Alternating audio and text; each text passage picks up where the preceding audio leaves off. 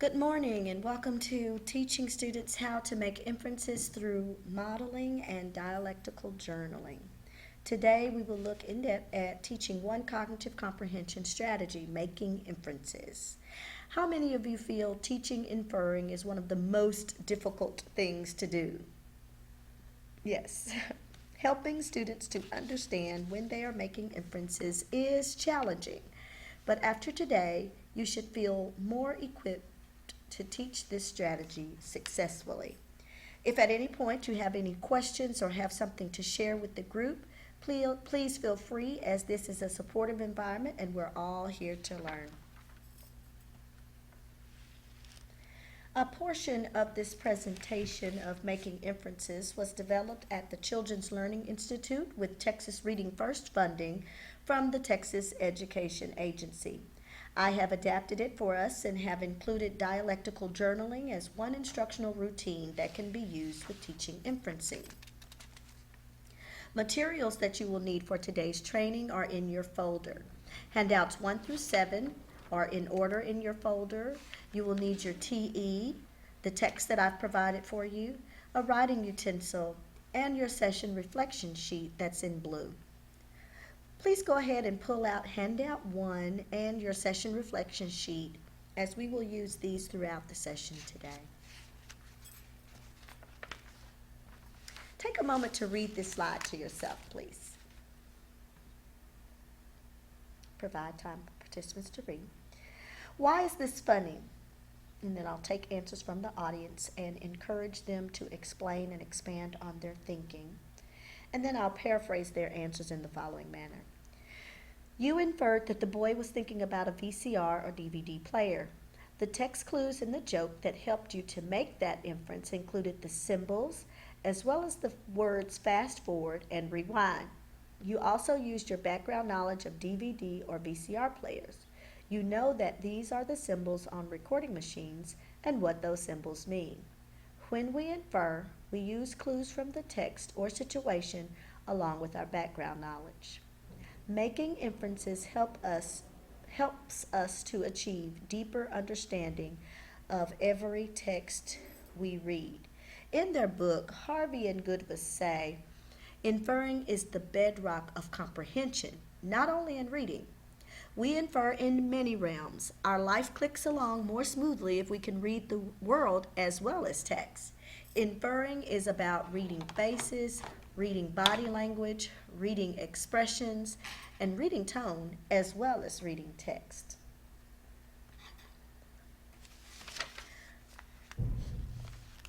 What inferences can you make just from this visual?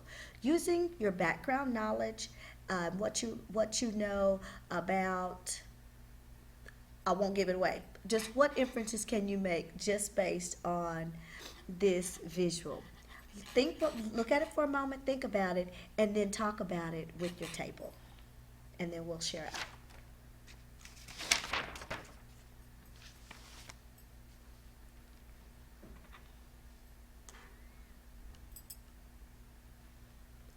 All right, who would like to share out with me the inference that you made and why you made that inference? What background knowledge did you use? What can you help the rest of us see? And then I'll take about 3 people to share there. And I will thank them and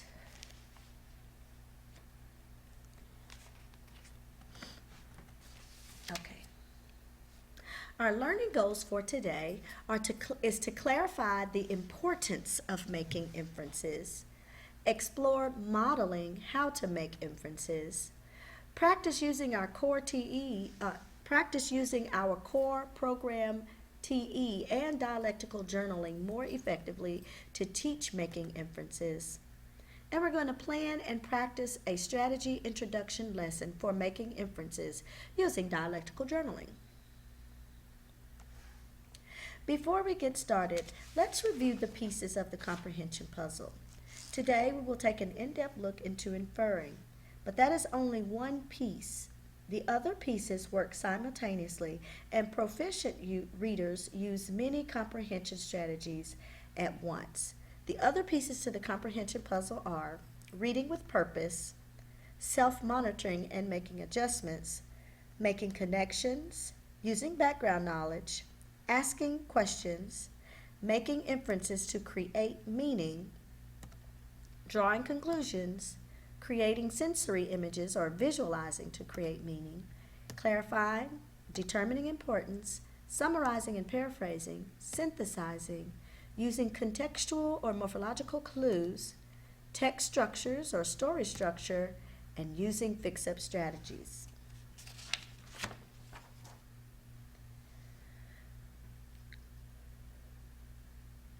Research says that we are turning out lots of superficial readers. They look and sound competent, they read smoothly and retell what they've read with some detail, but they're unable to go further, to discuss why characters behave as they do, to give a concise summary, to discuss the theme or the big ideas, and to talk about the author's purpose. How many of you have these types of students where they sound and they read very fluently and they sound like fluent readers, but they can't go into deep comprehension about what they've read? Yes, research. Okay.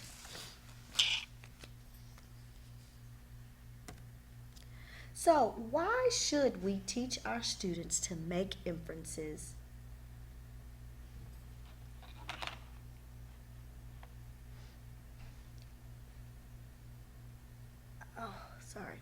Why should we teach students to make inferences and predictions? And I'll allow participants to discuss with one another and share out why they think it's important. A substantial body of research shows that poor comprehenders understand literal or stipulated meanings, but they have difficulty making inferences that require interpretation or integration of text. In other words, students are better at understanding surface level information, but have difficulty with higher order thinking skills or understanding text at a deeper level. Discuss why that is the case with your table. Let's chew on that for a minute. Why is that? And then we'll have two people please share out.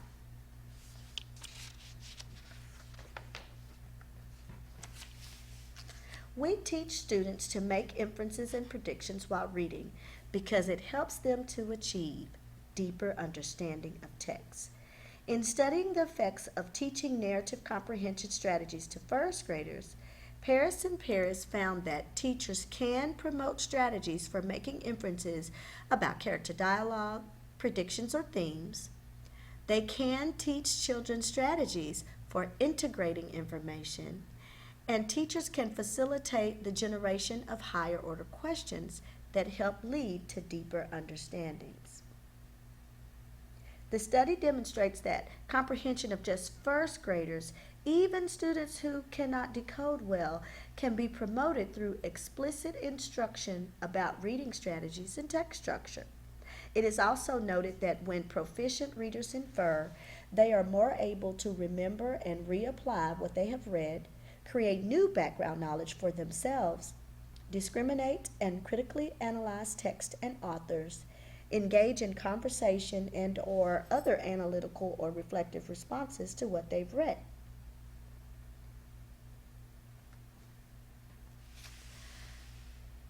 Why should we teach making inferences and predictions? We've already discussed one reason. It helps us to achieve deeper understanding of every text we read.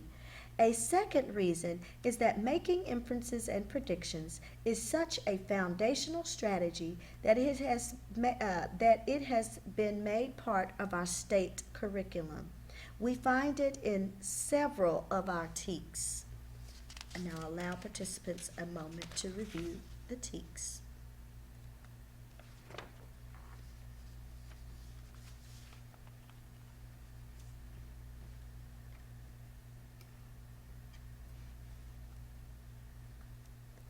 At this time, I'd like you to think, ink, share. Discuss the different types of inferences students need to make per the standards we just reviewed, and then discuss different ways for you to know that they are able to or that they are making these types of inferences. I'll give you about 3 minutes to think, ink, and share.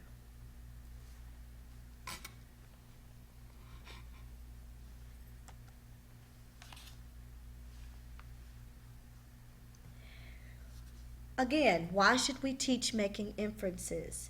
Inferring and predicting are also assessed through our state assessment, the STAR. Here are some example questions that require students to make inferences and predictions.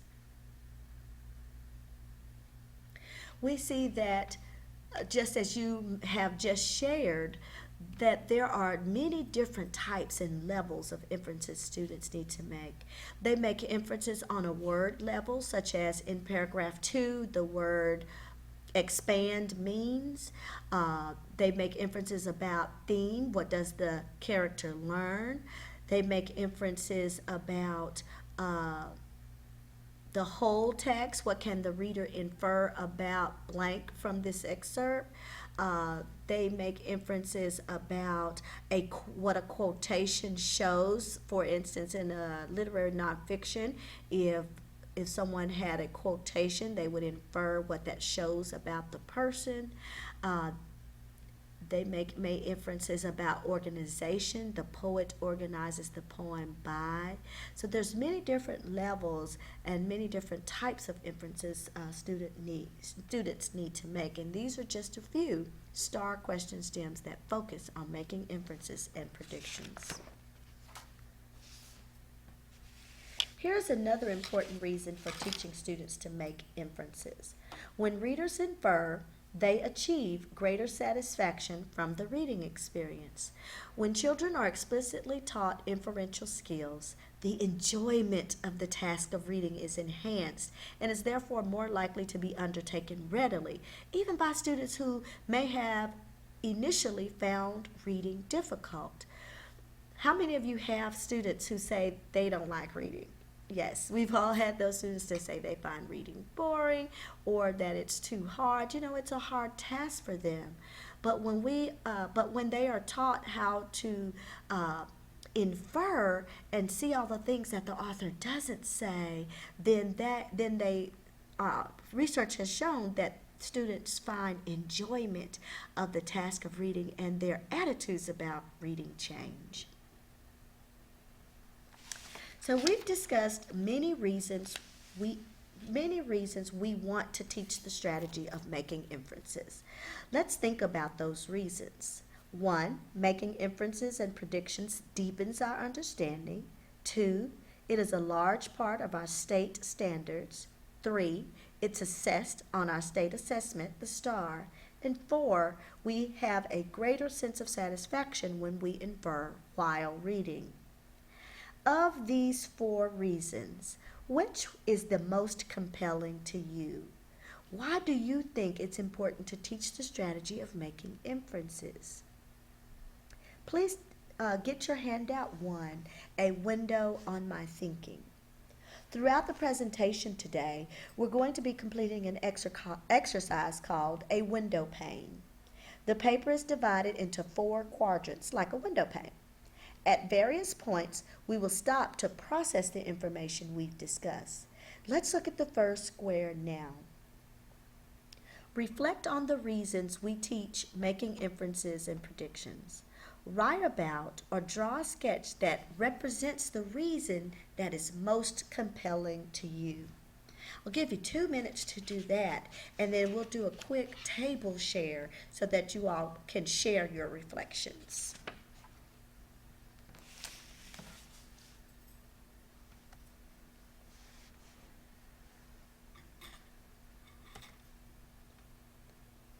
We've looked at many reasons why it is important to teach the cognitive strategy of making inferences. Today, we want to think about ways to make this instruction even more effective. Now, the term cognitive strategies refers to the thinking processes or the metacognitive processes that proficient readers use automatically to comprehend. So now we're going to look at what do we teach and how should we teach making inferences. When we infer, We create a personal meaning from the text. We combine what we read with relevant background knowledge to create a meaning that is not explicitly stated in the text. Good readers actively search for or are aware of implicit meaning. But making inferences is an abstract concept. That's why it can be difficult. So we must clarify for students the definition of making inferences. Inferring includes using context clues to determine the meaning of words, predicting outcomes, events, and character actions, answer questions that are not explicitly answered in the text, creating interpretations and synthesizing information, drawing conclusions from the text, surface underlying themes, create interpretations based on text evidence, creating mental images, drawn from the reader's background knowledge and the clues in the text, visualizing as well as visualizing as well as using all the other senses, and interpreting figurative language. By using inference, we elaborate upon what we read. Let's see what I want to say here. By using inferences, we naturally elaborate on what we've read, we draw conclusions, and we go beyond what's written on the page. Now, in the classroom, student-to-student discussions, student-teacher discussions, and dialectical journaling, which is a discussion with the text, are just some ways we can model and get students to demonstrate their abilities to infer, where they make their invisible thinking both audible to us and to each other, and visible through writing and drawing.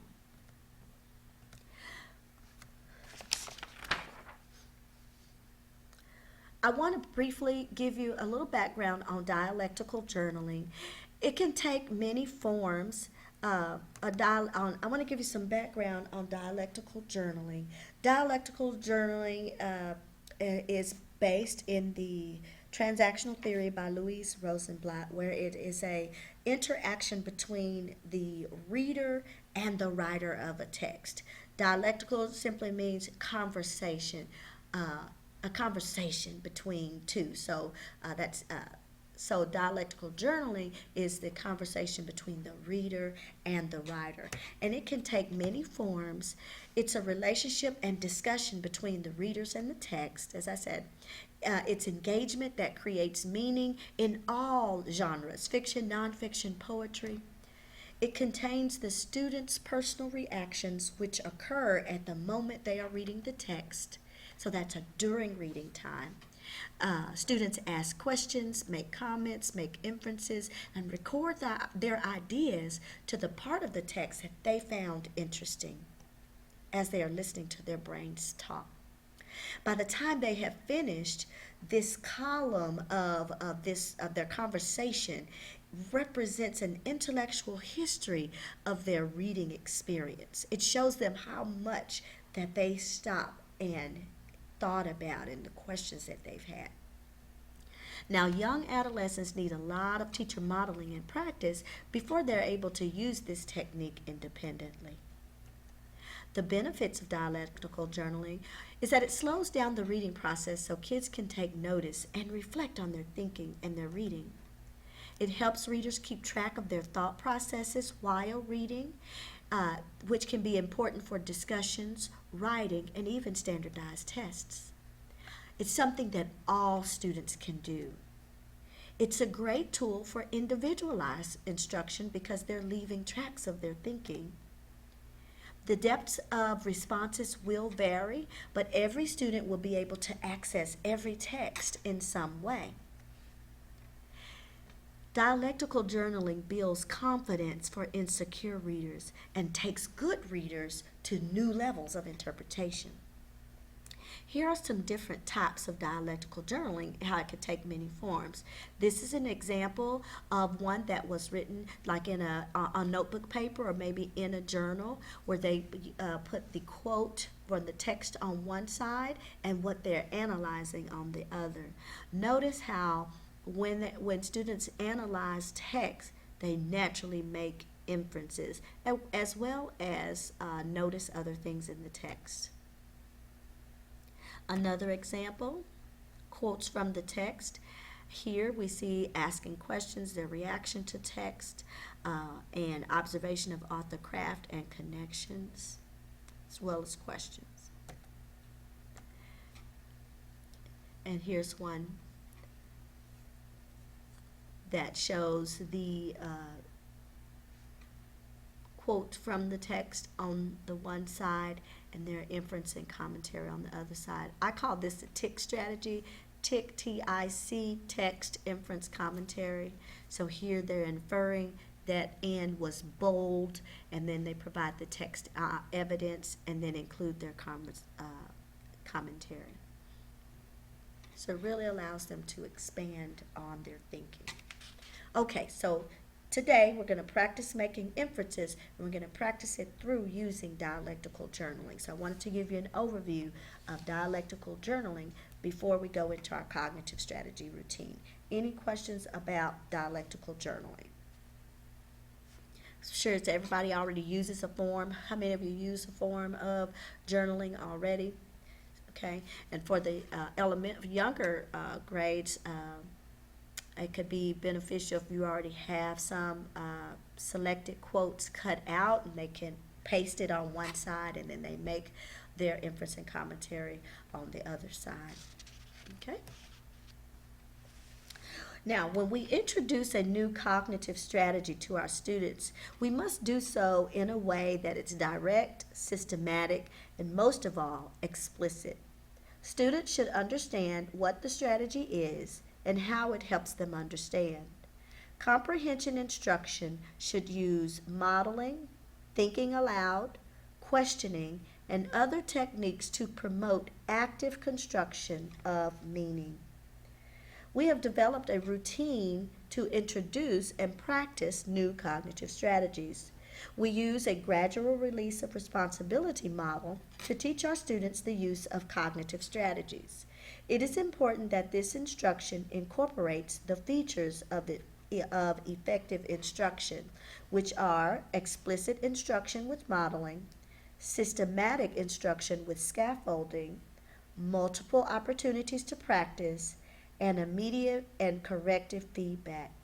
All four of these features are incorporated into the routine seen on this card.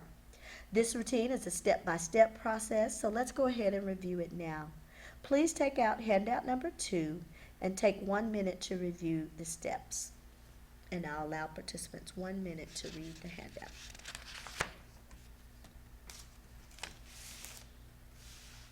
When we introduce a new cognitive strategy, we give it a name, we give it a context, and then we define it. That's steps 1, 2, and 3 on the strategy instruction card. We use clear and explicit language. Clear and explicit language is key when teaching cognitive strategies to students. So we'd say something like, today I want to teach you a strategy, or today I want to show you how I infer. That's the strategy, inferring. I'm going to pause as I read, and I'll share my inferences, my thinking. Inferences are really important, and great readers make them all the time. An inference is something a reader knows from reading, but the author doesn't include it in the book or the text. It helps you understand the story more deeply and helps make text mean something very personal to you.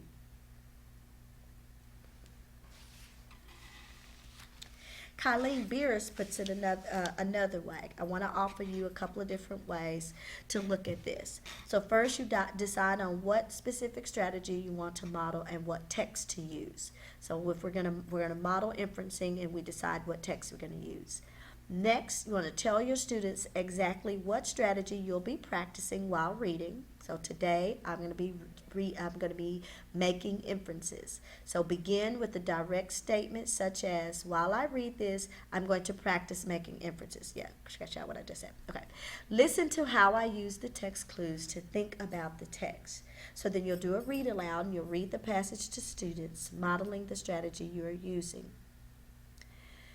Next, during real reading situations, you give your students multiple chances to practice the strategies you've demonstrated.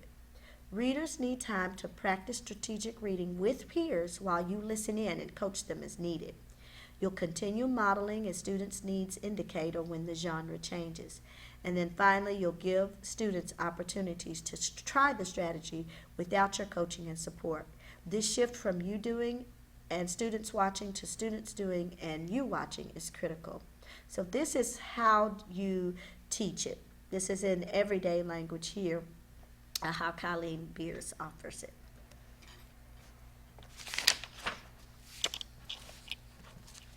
In step 4 of the cognitive strategy routine, we provide our students with touch tones to help them remember and use the strategy. These touch tones address many modalities so that our students have a variety of tools to support their learning styles. So when a new strategy is introduced, we want to provide a kinesthetic hand motion that helps our students remember the strategy. So I'm gonna model a hand motion by pretending I'm holding a magnifying glass up to my eye. And I would explain this to students that this hand signal represents a detective searching for clues through a magnifying glass. When I make inferences in a think aloud, I would use the hand signal so that the more visual learners will see the strategy in action. The more kinesthetic children may do the signal along with me, and all students may use the signals when they make inferences in their own reading or while listening. In the classroom, we also want to display the posters that contain an icon and some key words students will want to use. These posters may be found at the back of your additional handouts packet. Both the hand signal and the icon serve as reminders for our students. So these, of course, are anchor charts. No, I won't say that. And the icon serves as reminders for our students. An anchor lesson is another type of touch tone. So we have a touch tone of a kinesthetic hand motion, and then we have an anchor lesson. An anchor lesson may come before you begin step 1 to the cognitive strategy routine to provide a shared context for the new strategy. It provides another touch tone for students' strategy use. A lesson plan for this anchor lesson can be found in your additional handouts packet. It is handout number 3. So let me model for you how you would do a quick anchor lesson.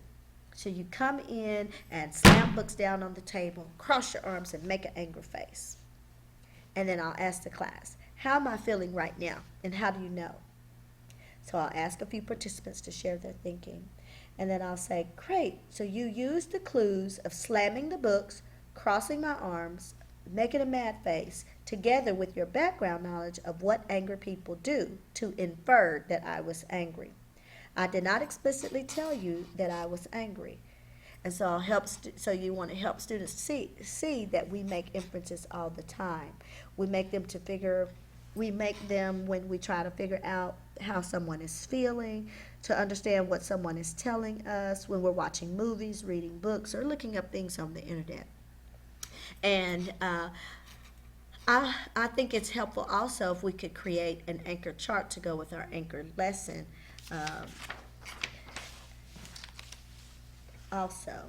So I say when we infer something, we use the clues that are provided to us along with our background knowledge, the stuff in our heads that we already know about, to figure something out. It's like being a detective. We use all of the information that is given to us and we think deeply about what that information might mean. So then I'll close the anchor lesson out by saying, so in the future we can refer to this anchor lesson, and this anchor chart, because I'll make an anchor chart out of the anchor lesson, when discussing making inferences. Coming in and slamming books down is not something that your students will soon forget. So every time you say, remember when I slammed the books down, students will remember the anchor lesson for making inferences. So this gives everyone a shared context.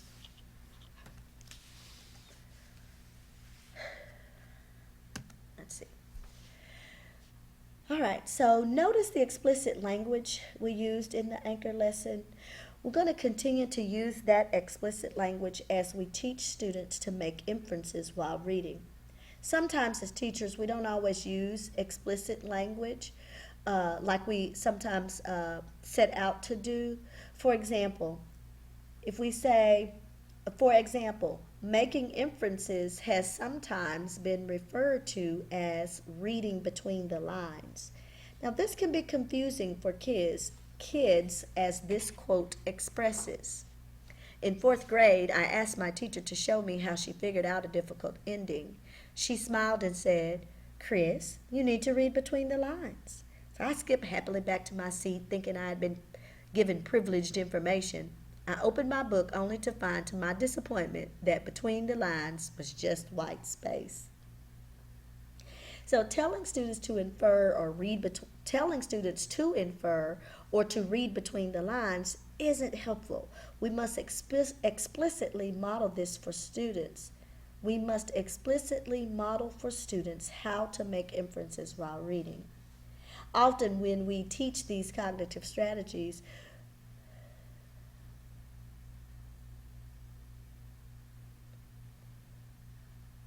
let me see.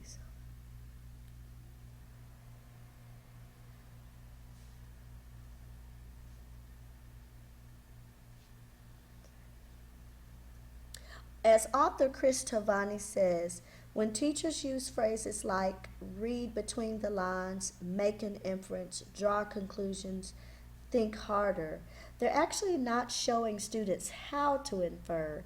They're merely telling them to infer. So how do we help our students with these skills?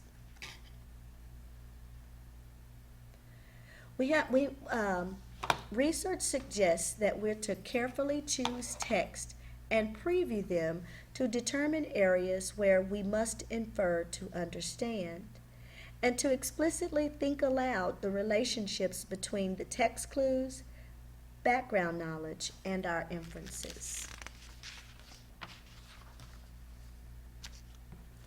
So let's look at an example from one of our core programs.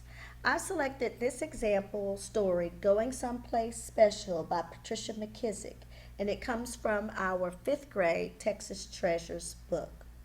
So first, I am going to model how to model inferencing through the use of dialectical journaling with this text. Now, you can use any text that calls for inferencing.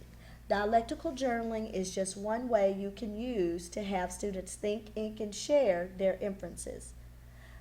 It allows them to elaborate on their thoughts. They can focus on many things in subsequent readings. It allows them to write. It allows for transaction of thought between the writer and the reader. So let me read this, and then I'll show you I'll do a think aloud, read aloud, think aloud to model how to make inferences. So I will start with my explicit language.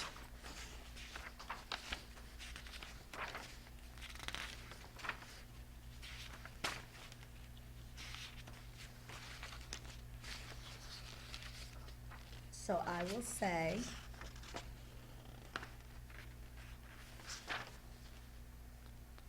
today I want to show you how I infer.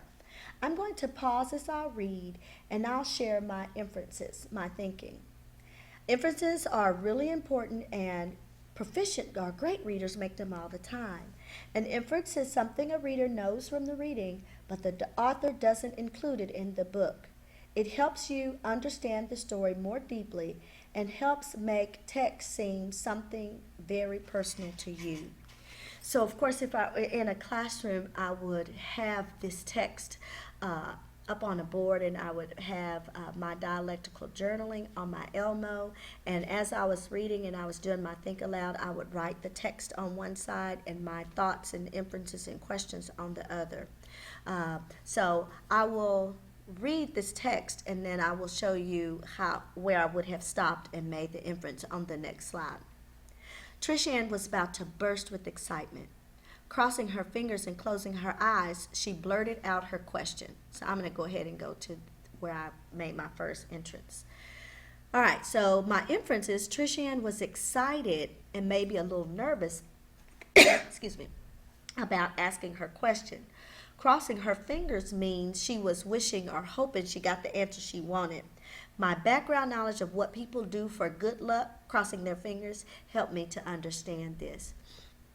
Notice I've used the text evidence of excited and crossing her fingers to support my inference. Mama Francis, may I go to someplace special by myself today? Pretty please. I know where to get off the bus and what streets to take, and I know where to get off the bus and what streets to take and all.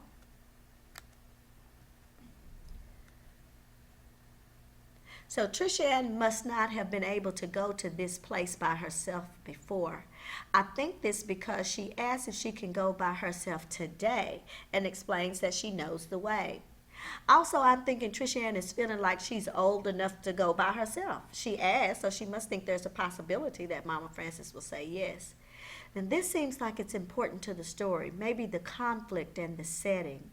And I wonder where her someplace special is.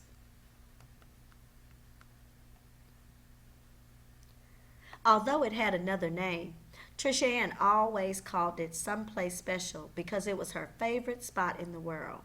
Please, may I go? Pretty please with marshmallows on top. I don't know if I'm ready to turn you loose in the world, Mama Francis answered, tying the sash of Trisha Ann's dress. Going off alone is a mighty big step. So here, my inferences that I'm making is that Mama Francis seems nervous or concerned about letting Trisha go. I wonder why. The phrase, turn you loose in the world, I think she means she doesn't know if she's ready for Trisha Ann to face the world alone. I think she feels the world is a mean place sometimes. Going off alone is a mighty big step. I wonder, is it because Trisha is so young? I think it's because of the setting. Trisha Ann is African American. I wonder if the setting will have something to do with her being alone, because I've read enough books to know that authors use these types of things to help us see the importance of the setting, the time period that it took place, something that was going on with society at the time. And by the author's use of dialect, I think it will have something to do with the setting, because dialect conveys society. Oops. I'm ready, the girl said, taking a giant leap across the floor. See what a big step I can make? Mama Francis chuckled all the time, studying her granddaughter's face. I trust you'll be particular and remember everything I've told you. I will, Trisha Ann said, real confident like. Suddenly her smile grew into a full, I'm sorry, let me go back. I trust you'll be particular and remember everything I've told you. I'm inferring that Mama Francis has taught Trisha Ann how to carry herself in the world and taught her how to survive. I think this because the author gave me some clues. She says, I trust, which means I expect you to act like I told you and remember what I taught you. This has to be important to the story. Trisha Ann will probably need to act like she was told to act later on in the story. Suddenly her smile grew into a full grin. So you're saying I can go? I reckon, but you best hurry on before I change my mind. Pulling her pocketbook up on her shoulder, Trisha Ann blew her grandmother a thank you kiss. Then she rushed out the door and down the sidewalk. And no matter what, Mama Francis called after her, hold your head up and act like you belong to somebody. Mama Francis also reminds Trisha Ann to hold her head up. This makes me think that there will be something out in the world that can make her head hang down. Hold your head up means don't let anyone or anything bring you down. I think this will probably be part of the conflict too. Act like you belong to somebody. I think this means to act like you are somebody and that you're part of a family.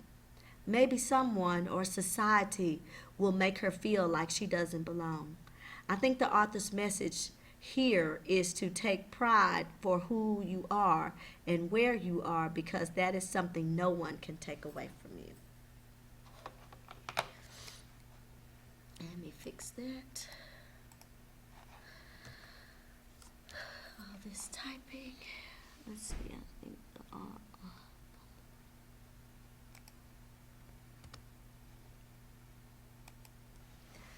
right. So that's my model of how I would do a read aloud, think aloud, using dialectical journaling to explicitly show and share how I was thinking, and then write it down so that students could see how you expand on your thoughts and how you use text evidence and your background knowledge to support your inference. So it's a lot more than just, oh, she's excited or she's nervous or she's sad, but it really shows them through a think aloud and through writing how to expand on their inferences and to support, provide text evidence to support their understanding, which is in every one of our TEKS that has, which is in every one of our comprehension TEKS, as we reviewed before. So now let's do it together. This is our reading together. So now it's your turn. Let's read this page together and think about the inference we could model for kids. Now this selection is called The Jacket by Gary Soto, and it's from our 6th grade book adoption, Holt McDougall Literature. So let's read this page together and think about the inferences we could model for students. So we read this together, maybe chorally, and they participants also will have this copy in their folders. So I'll have them reread it to themselves quickly, and I'll tell them to reread this page to yourself again. Think about and highlight at least 2 places that you could model making an inference, and then the participants will practice their think aloud with a partner at their table. And I would say you can begin your think aloud with the stem, I'm inferring that, or however they choose to. Also explain the text clues and the background knowledge that helps them make the inference, like we did on the model. So I'll provide time for participants to read and share their think alouds with one another, and making sure that they're using the explicit language from the previous slide that talks about today. I'm going to teach you how I infer, and then go through the whole part. And then I'll ask 1 or 2 participants if they would share their think aloud for the group. And then after those 3 people share, I will say, notice that not all of our think alouds were exactly the same, because each person's experiences are different. The art of inferring takes the reader beyond the text to a place where only he or she could go. I know that I will need to continue. Okay, so then I'll say, now we know, because in making inferences is such an abstract task and can be difficult for students, we need to continue modeling making inferences over a period of time over a period of time. And so we may also scaffold our students' learning to help clarify the concept of inferring. So let's take some time now to consider one scaffold.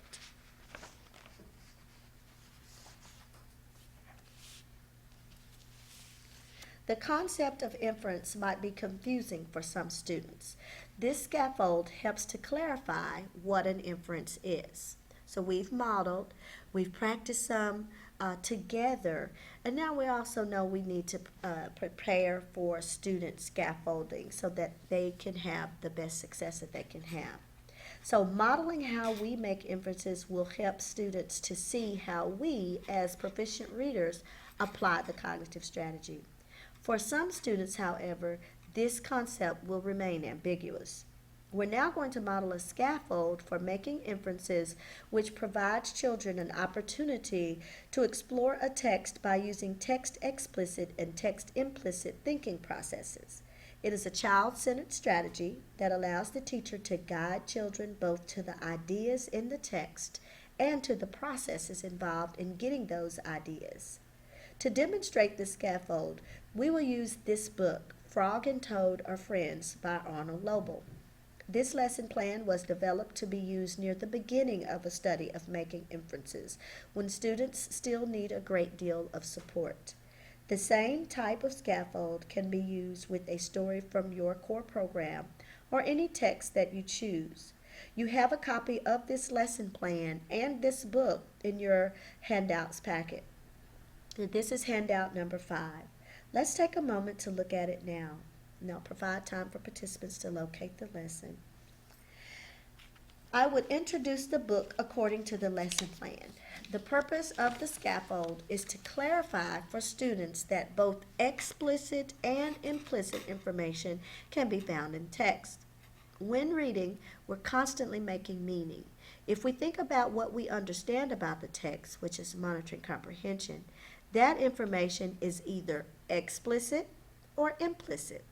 For young readers, or maybe even readers who struggle with reading, we simplify this concept by explaining that if we can touch the words in the text that match our understanding, then the information is explicit. If we can't touch the words in the text for an understanding we know to be true, then we're making an inference. When we infer, we use our background knowledge and clues from the text to make sense of what the text is about. So let's briefly review the lesson plan for the scaffolding student practice for Frog and Toad on handout number 5.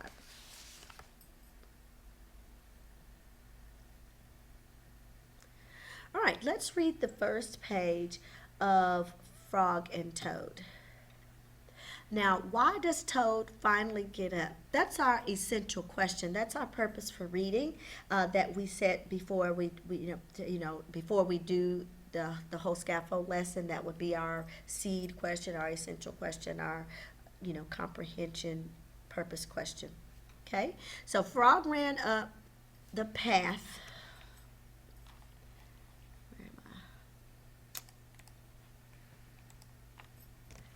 Frog ran up the path to Toad's house. He knocked on the front door. There was no answer. "Toad, Toad," shouted Frog, "wake up, it is spring." "Blah," said the voice from inside the house. "Toad, Toad," cried Frog. "The sun is shining, the snow is melting. Wake up." "I am not here," said the voice. Now, your key ideas is, when using the scaffold, all students must be able to view the text. And note that this is done after students have been introduced to the concept of making inferences. So you won't do the scaffold first. We would introduce the concept of inferencing first, and then we would gather together the students whom the inferencing is still very ambiguous and hard to do. This is for them. So here I would say, I think that I'm inferring some things right from these first 2 sentences. I'm going to show you 4 statements. All of them are true, and I want you to tell me if the information is right in the book and you can touch the words, or if you have to put clues together with your background knowledge to figure it out. Let me think for you first. So I'll show the first sentence strip. Frog ran up to the path to Toad's house. And I'll say, I think I remember that right in the beginning. If I look back into the text, let me see if I can find those words. Yes, right here it says, Frog ran up the path to Toad's house. I didn't have to infer that information because the author said it right here. I can touch the words. So then I'll get the second sentence strip out and say, let's look at the next statement. Frog is very excited that spring has arrived. Let's see if I can find those words in the text. I don't see those words, but I know that is right. Frog is very excited that it's spring. I know this is true because Frog ran up the path. He shouted for Toad to wake up. And the author used exclamation points all over. And he says that it is spring. All of those clues help me to infer that Frog is very excited that spring has arrived. The author didn't have to tell me that in words because he gave me lots of clues to figure it out on my own. So here's where I'll do an envelope activity, and I'll have some additional sentence strips prepared in advance with some more statements on each strip, so that the participants can have a chance to practice. So I'll have them look at the third sentence strip that says, I am not here, and ask, what do you think? Did the author say those words right in the text, or did you use clues to figure it out? And I'll ask participants to share their thinking. When a participant identifies that it's right in the text, I'll ask him or her to come up and point to the words on the page. And I'll say, yes, those words are right there. You can touch them. The author told us that information directly. We don't have to infer. And then I'll ask about another statement. Does the author tell us this, or do we infer it? Toad does not want to wake up. I'll ask participants to share their thinking. When a participant identifies that the statement is not in the text, ask him or her to identify the text clues and background knowledge that they use to infer that Toad doesn't want to wake up. And then, so I'll say to them, I'll thank them for sharing and say that the author gave us clues to help us infer that Toad doesn't want to wake up. The words Toad does not want to wake up are not right in the text. We cannot touch them. So I'll say, when working with students, it is important to point out that all of these statements are true. We tell them we need to think about whether the author said them right in the book, if we can touch the words, or whether we inferred this information using clues from the text and our background knowledge. It is important for students to be able to point to the text where the explicit statements are found. For this reason, the text must be viewed by all students. We can achieve this in a number of ways. For example, we might blow up the text as we did here today and project it, and students can come up and use a pointer to underline the words. Or each student or a pair of students can have a copy of the text. And as teachers, we need to be able to monitor whether students are finding the correct phrases. Therefore, if we're working in a whole group, it's a good idea to bring students to the floor if they're working in their own texts.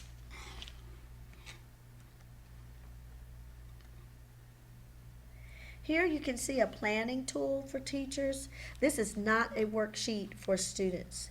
Using a tool like this organizer to plan your statements is very helpful. You might think that finding places to model inferring is easy. After all, that demonstration was pretty easy. But when we actually try to plan, we realize that it's trickier than we first thought. So we want to model the thinking processes we use to plan the scaffold lesson. So I'll say, while I was reading, I looked for statements that I thought would clearly show explicit information or an inference that all students would understand. I recorded the statements I selected on the planning sheet. If the statement were explicit, I was careful to record it using the exact words that were used in the text. This might sound obvious, but when you pull text out of context, it is sometimes difficult for it to make sense without changing the tense or changing the placement of dialogue tags, such as he said in the sentence. If the statement were implicit and required readers to make an inference, then I recorded the text as well as my background knowledge that led me to make the inference. By planning in this manner, I am aware of my thinking and will help me clearly explain to students how I made the inference. So if we go back to our dialectical journal entry here, I planned to make both this is kind of like both an implicit and explicit, because it says Trish Ann was about to burst with excitement. It didn't say that she was excited, but the word excitement is a heavy context clue. And then I put maybe a little nervous because of her crossing her fingers and closing her eyes. Okay, so this would be an example of a statement that I would plan as as an inference, and then the background knowledge that I use. So the text clues are highlighted or bolded. It's implicit, and then my background knowledge is given. Same for the rest of those. Okay.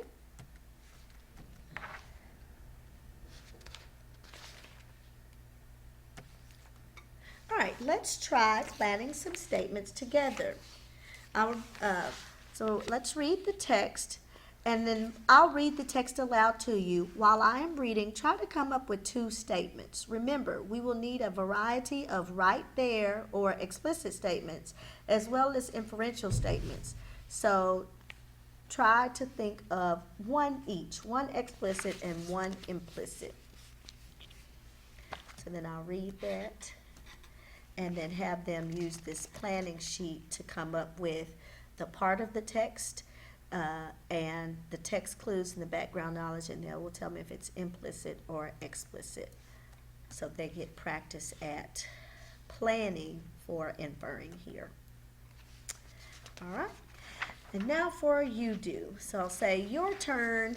So find the excerpt from The House on Mango Street in your folder, and with a partner, record 2 explicit and 2 inferential statements on your planning sheet, and then practice teaching that, then practice a lesson that you would do, a scaffolding lesson that you would do in class.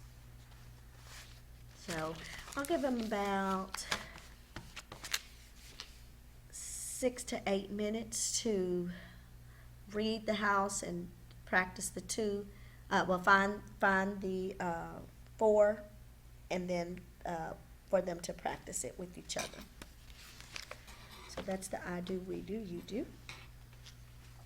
Now to finish up this portion of the scaffolding, I would explain that it's important to gradually fade the scaffold, provide opportunities for students to answer inferential questions, and to engage in think, turn, talk, or think, pair, share. Once students become successful at identifying text implicit and text explicit statements, and we are confident that our students understand the concept of inference, we want to gradually fade the scaffold. We can orally provide inferential statements and ask students to identify the text clues and background knowledge that support the inference. We can also weave inferential questions into our instruction by providing opportunities for students to think, turn, talk, or think, pair, share about the inferences they are making while reading or listening.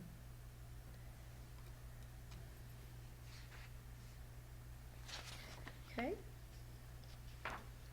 We can provide more opportunities for students to answer higher level thinking questions by linking our CPQ, or our comprehension, purpose question, or essential question, or seed question, to the strategy that we're focusing on by thoughtfully planning think, pair, share prompts in advance. So we want to ask students questions that require students to make inferences such as these. Why did Goldilocks? What message do you think the author wanted to understand? How did you infer the meaning of the word? Why are the blank doing this? Okay. Also, and here's some language for drawing inferences. Now, these are important because it helps students to use the language and for oral discussions as well as in their writing. And so I like the use of because that drives them back to the text evidence and the background knowledge. So I have an inference that blah, blah, blah because, or I think that means blank because the author included blank blank. So these are just some tips in language for helping students to draw inferences, to express these either orally and or writing. Also, you can use pictures to help make inferences, word lists, picture books, internet slideshows, cartoons, music, graphic organizers, and of course dialectical journaling. And actually, I skipped a part here. Here, when they are going to do the house on Mango Street, they're going to plan for 2 explicit and 2 inferential statements, and they're going to put it on their planning sheet, and then they're going to practice both a brief scaffold and how to use that as a read aloud in the classroom in a dialectical journal entry. So they'll do, if they want it, they'll get practice here on both the scaffold and using dialectical journaling to teach inferencing. Okay.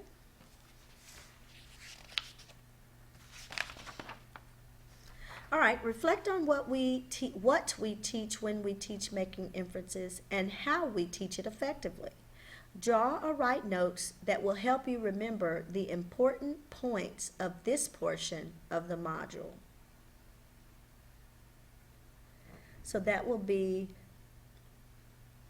window pane 2 and 3. What will I teach and how will I teach this cognitive strategy?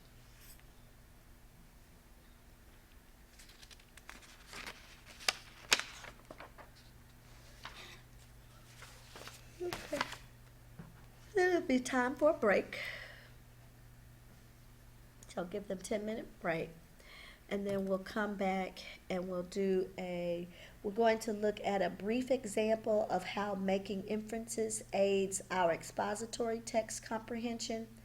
This sample text spending spree.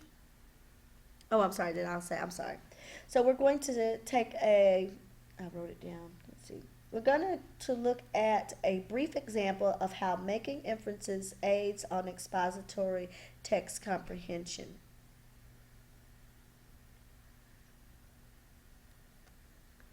Brenda Park says that it's essential for students to receive explicit instruction and strategies for processing informational text and that they have sufficient time and opportunity to practice and apply them.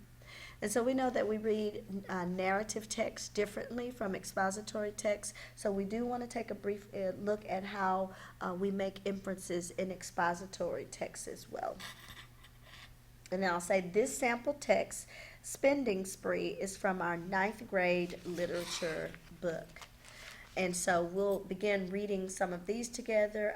We'll introduce them to the CPQ, or the essential question, what advantages might come from not having debts to pay back. And I'll ask them what inferences, I'll ask them here, what inferences do we have to make here to help us understand the text better? And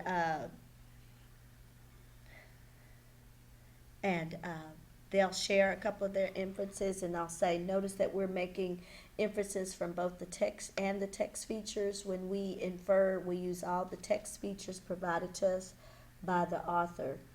And then they'll read the remainder of the article from a handout in their folder, and I'll ask for some more inferences that they make and encourage the participants to share their inferences they make while reading, to be sure to include the text clues to support the inference and the background knowledge to support their inference. And they will complete this on a dialectical journal sheet for Spending Spree. Okay? So we've discussed many reasons we want to teach the strategy of making inferences. We've discussed what and how to teach the strategy. We've looked at a graphic organizer to help us plan so that we can scaffold our instruction to support learning. And we looked at using a dialectical journaling to aid us in our read aloud, think aloud, to actually show students how to elaborate and how to make those inferences and how to put those in writing. So let's think now about what this will mean in our classrooms.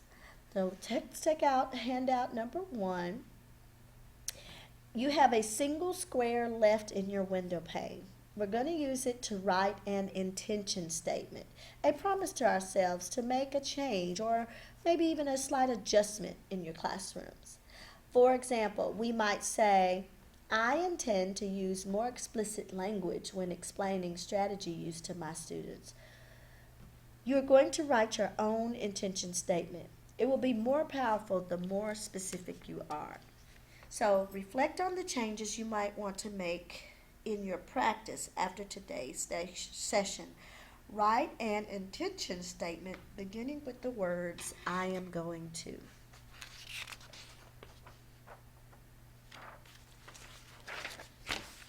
And if time permits, I'll have them, time will permit, we'll have about 20 minutes left. So I'll say, look at the story you will be using for instruction next week. Take time to think, plan, and practice comprehension instruction using that story. Use the planning card to think about the steps you will use to introduce the cognitive strategy, and in your planning include a CPQ or essential question or seed question, 3 places to model making inferences or predictions, and 1 place for students to think, ink and share, or think, pair, share.